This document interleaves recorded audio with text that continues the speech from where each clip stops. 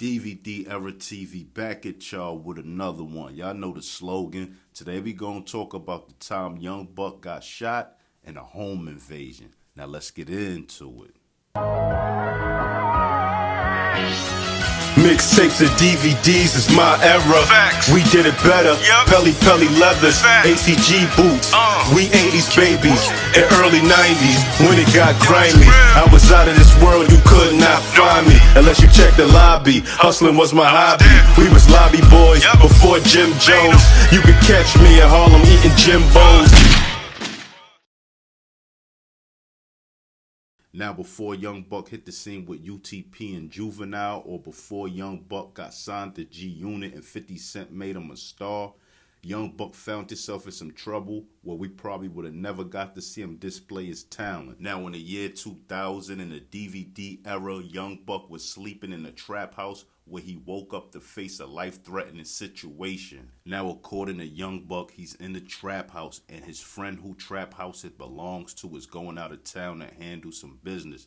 His friend tells him, "While I'm gone, Young Buck, make sure you keep your vest on." Now Young Buck is sleeping in a completely dark trap house with all the lights off, and he has a 12 gauge shotgun by him while he's sleeping. Now about 2 a.m. in the morning, two of the lights in the house comes on, one in the front, one in the back, and he heard the screen door of the apartment opening. Then he hears a boom, and he see a guy walk in with a chopper and a string connected to the chopper. Now as the guy comes in the house, he says, "Nobody move," and he has on all black. And then he spots the 12 gauge that's by Young Buck on the floor, so he walks over and puts the gun to Young Buck back. Now with Young Buck being in fear of being shot in the back of his head, he decided to get up off the ground and run into the kitchen. Now as he run into the kitchen, one of his guys hop out from beside the refrigerator and fire shots at one of the intruders. Now the robber was hit a couple times, but he wasn't fazed from the shots.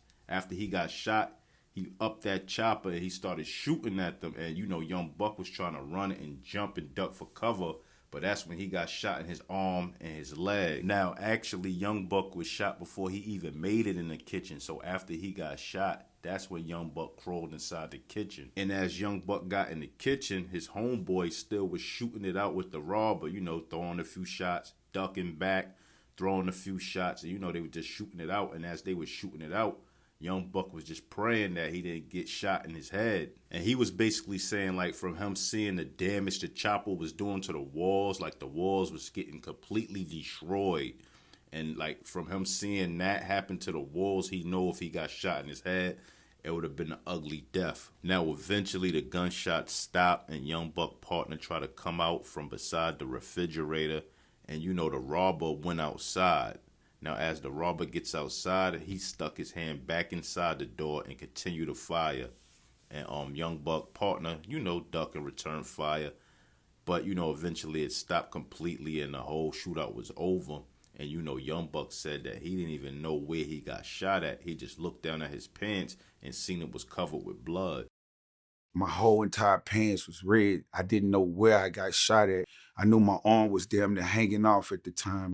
Now, before Young Buck can be dropped off at the hospital, him and his guys had to ride around and drop off some of the illegal stuff that was in the house.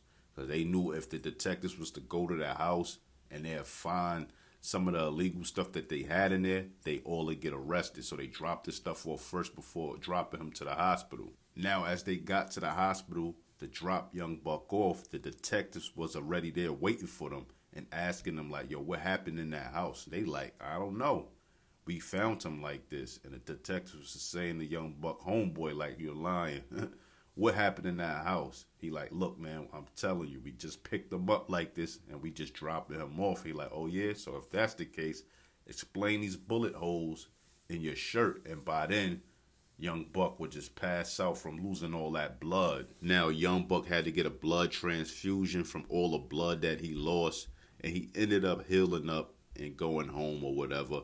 And, from that day forward, Young Buck just made a promise to change his lifestyle and pursue his rap career. And that's how we got the classic G-Unit verses, Bonafide Hustler, Shorty Wanna Ride, etc.